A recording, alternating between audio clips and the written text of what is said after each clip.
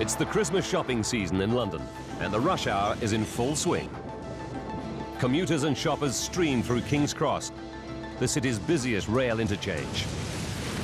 Suddenly, a deadly wall of flame roars through the packed station. It kills 31 people. The world's oldest subway system suffers the deadliest fire in its history. Now, using advanced computer simulations, we reveal exactly what caused the tragedy. Disasters don't just happen. They're a chain of critical events. Unravel the clues and count down those final seconds from disaster.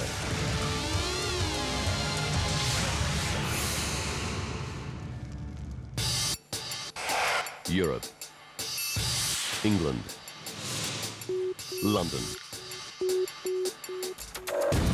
King's Cross Station, Britain's busiest rail hub. It connects overground trains from the north with the city's 418 kilometres of subway network, affectionately known to Londoners as the Tube. 5 tube lines serve 8 platforms at King's Cross. The deepest is 27 metres underground. 250,000 passengers surge through the station's subterranean labyrinth of passages every day. Wednesday, November 18th, 1987. 7:18 p.m. It's still rush hour and the city centre is busier than ever as the Christmas shopping season gets into gear.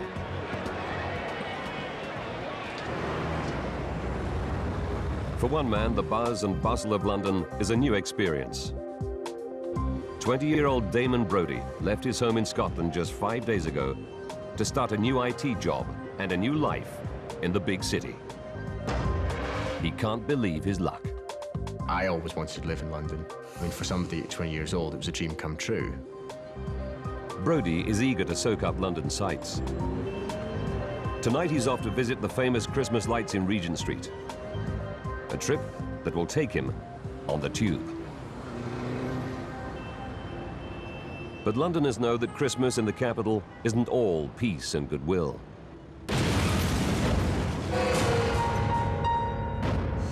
Four years ago, Irish terror group the IRA bombed the Harrods department store. The blast, 8 days before Christmas, killed 6 people. Now intelligence experts fear that the IRA may once again target London. But nobody knows where the terrorists might strike.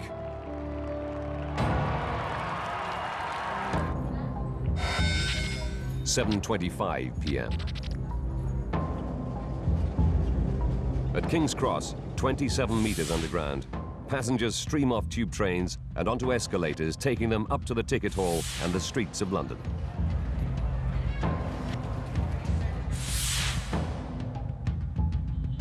On the Piccadilly line escalator, several commuters spot someone in a blue boiler suit descending into a manhole nearby.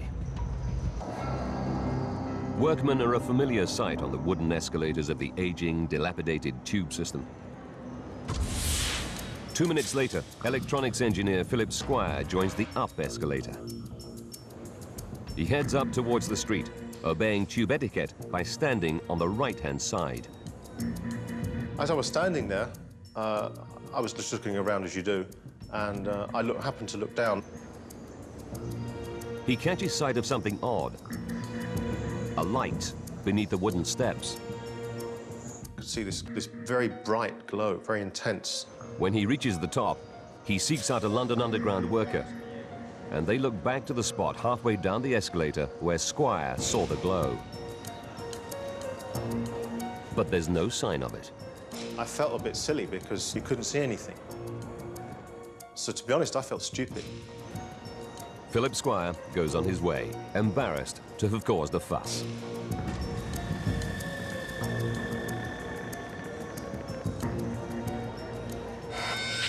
(7:30 p.m.) A couple of minutes later, a man hits the emergency stop button on the Piccadilly line escalator. A British transport policeman on routine patrol goes to investigate. He sees a small flame on one of the wooden steps. It's not a huge surprise. Fires are a fact of life on the aging infrastructure of the tube. There have been over 400 in the previous 3 decades.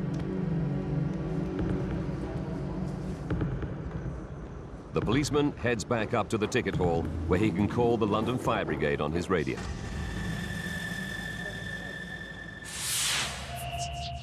Down below, staff follow routine practice, taping off the Piccadilly line escalator to divert passengers away from the tiny fire.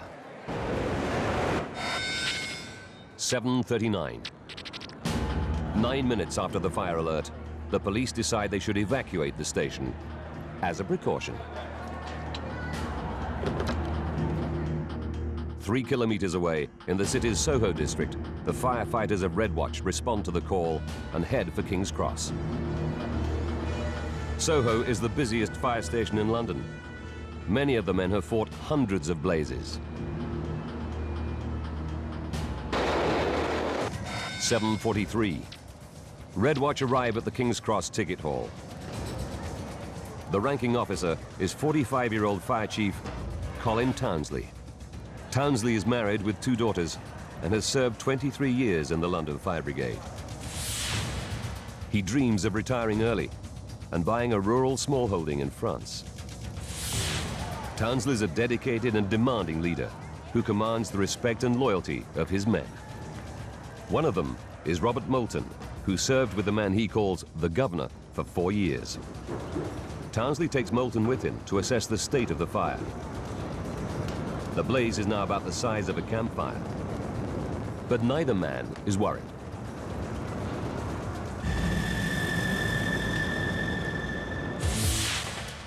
"16 meters below, British Transport Police continue to clear hundreds of passengers from the station.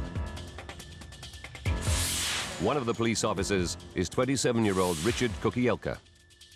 After 5 years in the job, evacuation procedures are second nature. It was just a matter of getting the people that were within the station out of the station. Kukielka directs passengers onto the Victoria Line escalator, the only one still operating. It runs parallel to the Piccadilly Line escalator and emerges in the same place. The main ticket hall just below street level. Heading up to the ticket hall with the throng is London newcomer Damon Brodie. He was on his way to see the Christmas lights, but his trip has just been cancelled. Well, there was no panic, there was no rushing, there was no... It was just normal. 7:44 p.m. The fire has been burning on the wooden steps for almost 15 minutes, and the flames are now around 1.5 meters high. The blaze is 20 meters from police officer Kukielka at the bottom of the Victoria Line escalator. Firefighting Chief Colin Townsley is in the ticket hall. Sightseer Damon Brodie is traveling up the adjacent Victoria Line escalator.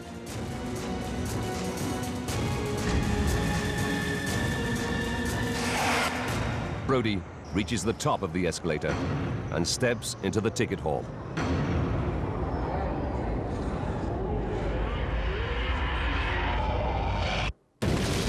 Moments later, a huge jet of fire erupts. It was like an explosion happening in slow motion. Damon Brodie takes a full hit. The jet of flame ignites his legs and lower body. My life sort of ended at that point.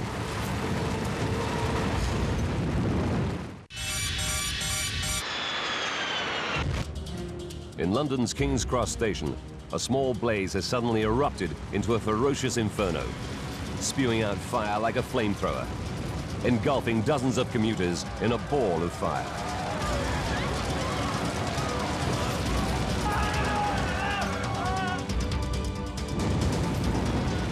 One of them is 23-year-old sightseer Damon Brodie. I knew that, particularly at the back of me, was on fire quite badly, and around my legs area. Now, thick black smoke pours out of the station exits into the street above. Here, firefighter Robert Moulton is getting a hose ready to deal with what was, just minutes before, a tiny escalator fire. There was a terrific roar. I heard this horrible scream that seemed to go on for ages. He's horrified. He knows the ticket hall was full of people moments before, among them his boss, Fire Chief Colin Townsley. News crews capture the scene as Moulton and his fellow firefighters grab oxygen sets. Ignoring the danger, they descend into the burning ticket hall to search for survivors. Our only thought was just to try and fight our way down there, get to the fire and see if we can drag anyone out. Caught in the inferno, Damon Brodie rolls over and over trying to put the flames out. Eventually, he succeeds. He's badly burnt, but now faces a new danger. Dense, choking smoke. It was absolutely red hot, and I could feel it burning my throat and lungs.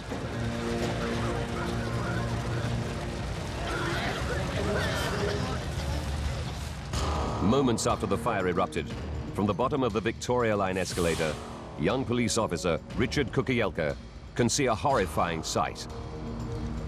When I looked up the escalators, all I could see was darkness.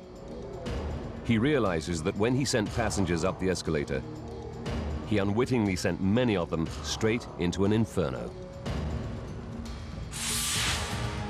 But the blazing ticket hall is the only way out to the streets.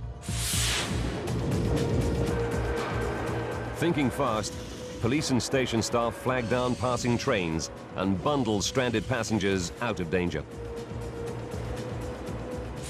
But firefighter Robert Moulton battles on through the ticket hall, searching for survivors, including his boss, Colin Townsley. He's astonished by the ferocity of the fire. It was tremendously hot, searingly hot. You couldn't believe it. Then, as he shines his torch through the smoke, he sees something.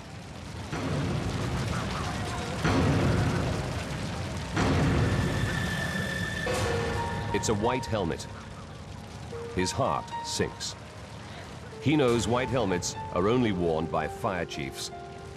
Put my face mask right up against the helmet and shone me torch on it, and I could see it was white, and I just knew it was Colin. His boss isn't moving. And even if he's alive, Moulton knows Townsley's lungs will be full of toxic smoke. He has to get him into the open air, and quickly. Deep underground, the police think they've got everyone out. But then Kukielka and his colleague find a passenger slumped at the bottom of the escalators. His hair was burnt, and his head was burnt, and his hands were badly burnt. He was in a lot of pain. He was screaming and shouting, and he was in a lot of pain. The man needs urgent medical attention, but he's too badly burnt to evacuate by train. The young policeman fears they're trapped. Then he remembers there is another way out up to the street. They drag the man to some metal gates leading to the exit. But when they reach the gates, they discover, to their horror, that somebody has locked them. Open the gates! Hello! The only decision we could make then was to actually try and kick the iron gates down. He yanks frantically on the gates, but they won't budge. The young policeman can't radio for help, as his walkie-talkie won't work underground. It's a crushing moment. And the fumes from the fire raging above are starting to spread throughout the station. Our eyes were hurting and our chests were hurting, and we couldn't breathe properly. Up in the blazing ticket hall, Moulton is dragging Fire Chief Townsley out of the inferno. What he doesn't know is that only meters away, sightseer Damon Brodie is fighting for his life. His lungs are screaming, and he desperately wants to sleep. I thought, no, I'll just go to sleep now, and hopefully when I wake up, everything will be over. dozens of people in the blazing ticket hall are succumbing to deadly toxic fumes. But in the streets above, news crews capture a desperate scene. Firefighters staggering out, beaten back by the intense heat and flames. These men know that any hope of saving the people trapped just 5 meters below is disappearing fast.